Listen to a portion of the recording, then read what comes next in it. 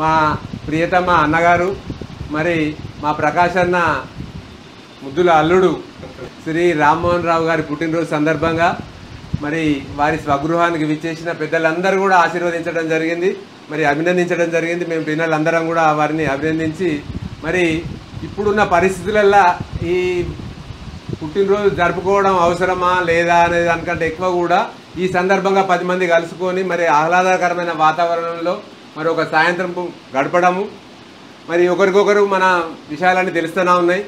మరి వాస్తవంగా నేడు ఒక డిపార్ట్మెంట్లో ఏదైనా పని కావాలంటే ఒకరు తెలియాలి.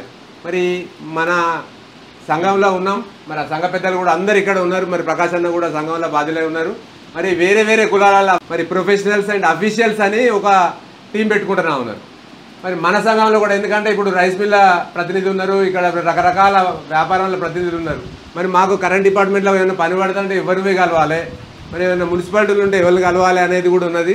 మరి ఈ సందర్భంగా మా రామ్మోహన్ అన్న మా సంఘ ప్రతినిధులు అందరికీ ఎవరికి ఏ పని పడ్డా కూడా మరి ఎంతో కొంత మరి ఎట్లయితే అందరం కూడా ఇప్పుడు ఎవరికైనా అవసరం పడితే ప్రకాష్ అన్ననే ముందు ఉండి పోయి వాళ్ళను వీళ్ళను బైసాపో లేకుంటే అందరికి వారికి పరిచయాలనే కనుక పని చేయిస్తూనే ఉన్నారు. మరి ఇది చాలా మంచి సంప్రదాయం అని భావించి వారిని గౌరవించుకున్నట్టు అవుతుంది. మరి ఈ సందర్భంగా వారికి రిక్వెస్ట్ కూడా పెట్టినట్టు అవుతుంది అనే ఉద్దేశంతో మరి ఎందరెందరికో పనులు పడుతూనే ఉన్నాయి. వాస్తవం ఇది.